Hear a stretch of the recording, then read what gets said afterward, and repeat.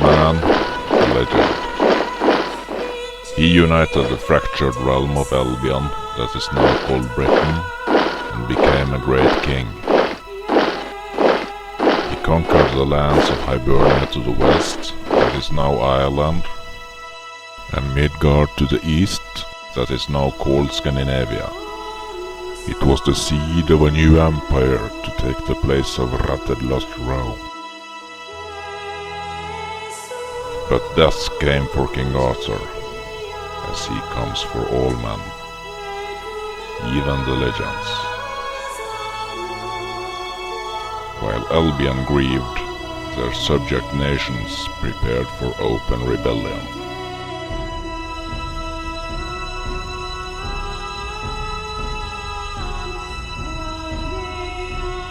In 471 AD, war was beginning, as Albion's former subjects rose up against her in arms.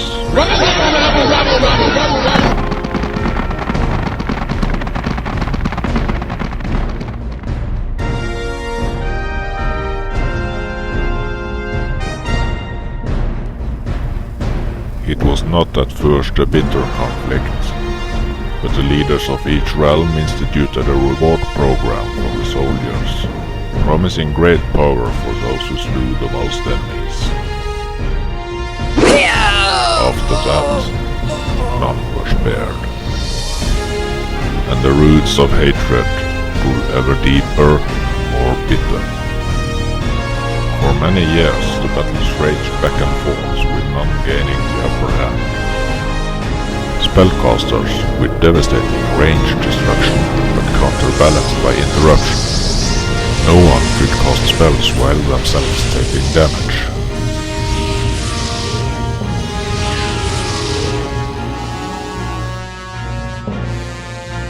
Melee fighters, defensive juggernauts with no range.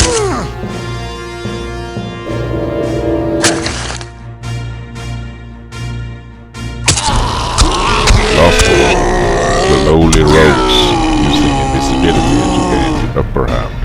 The balance was precarious, but it helped. It seemed that the war would never end.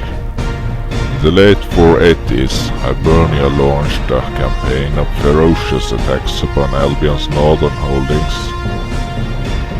2 defensive castles were captured and held by the enemy for 5 years, retaken only at an atrocious cost in blood. But the balance held.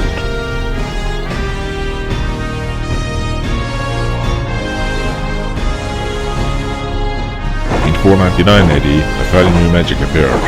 Midgard had gained the destructive power of spellcasting without the balancing drawback of interrupts. Easily identifiable on the battlefield by the bubbles or chambers floating above their heads, none could stand before the warlocks. The new magic was so easy to wield that Midgard's ranks were swollen by those who formerly could not fight. The old and senile, those too young to hold a sword, the feeble-minded, even some of the brighter animals, all flocked to Midgard's banner and swelled their ranks. The balance was shattered, the scales tipped. In 500 AD, Albion's leader sent one man on a desperate mission to cut the new magic off at the roots. He failed.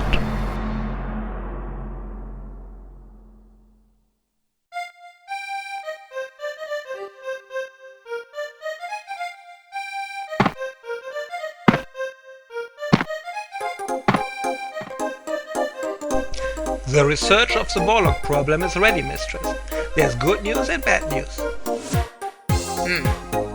Good news first, I need it.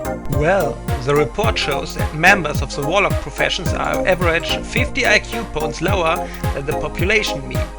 Okay, I like that. And the bad news?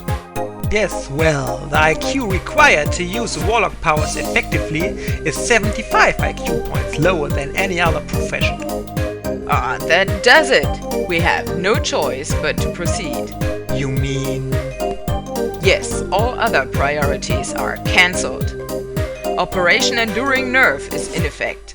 Go inform the Council of Bishops. Oh, and send in that young cleric on your way out.